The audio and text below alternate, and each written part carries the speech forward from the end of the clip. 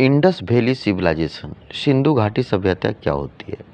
आप जानते हैं कि वास्तव में सिंधु घाटी जो सभ्यता है, ये सिंधु नदी के आसपास के क्षेत्र में बसा हुआ था। सभ्यता और संस्कृति दोनों में बहुत अंतर है।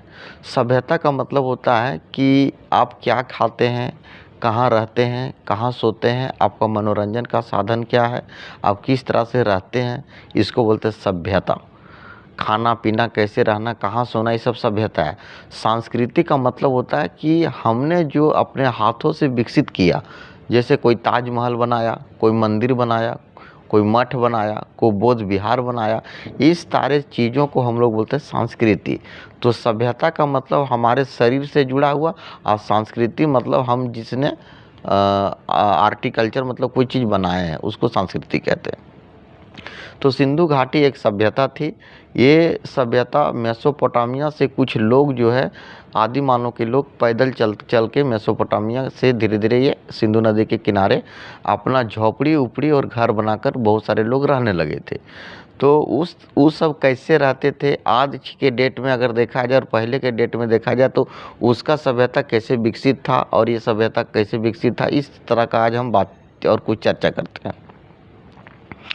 तो सबसे बड़ी बात हम आपको ये बता दें कि जो सिंधु घाटी सभ्यता था, इस घाटी सभ्यता का जो डेट है, ये डेट को कौन तय किया? कैसे पता चला कि सिंधु घाटी सभ्यता 2500 बीसी से लेकर 1750 बीसी तक था? ये पता करने के लिए एक मशीन था और उस मशीन का नाम था कार्बन C40। और उस मशीन से क्या होता था कि मरा हुआ हड्डी में अगर सटा दीजिएगा तो वो डेट बता देता था कि हड्डी कितना पुराना है, या कुछ तांबा में सटाइएगा या कोई मूर्ति में सटाइएगा, उन्हें कुछ भी वस्तु में अगर सटा दीजिएगा कार्बन C40 तो पता चल जाएगा कि कितना पुराना ये चीज़ है। उससे पता चल गया। लेकिन सबसे बड़ी बात है कि इतिहास हमारा मिट्टी के अंदर दबा था, और इस मिट्टी के दबा हुआ इतिहास को बाहर निकालने का काम कौन किया? तो आपको पता होना चाहिए कि इतिहास जो हमारे दबा हुआ मिट्टी के अंदर था, उसको निकालने का काम किया ईस्ट इंडिया कंपनी के लोग। अगर ईस्ट इंडिया कंपनी भारत नहीं आता तो आपका प्राचीन इतिहास अभी भी दबा रहता। जैसे कनिंघम हो गया, विलियम जोन्स हो गया, जॉन मार्शल हो गया, डलहौजी हो, विलियम बेंटिंग, ये सारा क्या काम है? इसी का योगदान है कि भारतीय इतिहास को हम लोग बढ़िया से गहराई से जानकारी कैसे देंगे। तो एक चीज़ यहाँ तक आपको पता चल गया। अब सबसे बड़ी बात ये पता चला कि सिंधु घाटी सभ्यता की जानकारी कैसे मिला।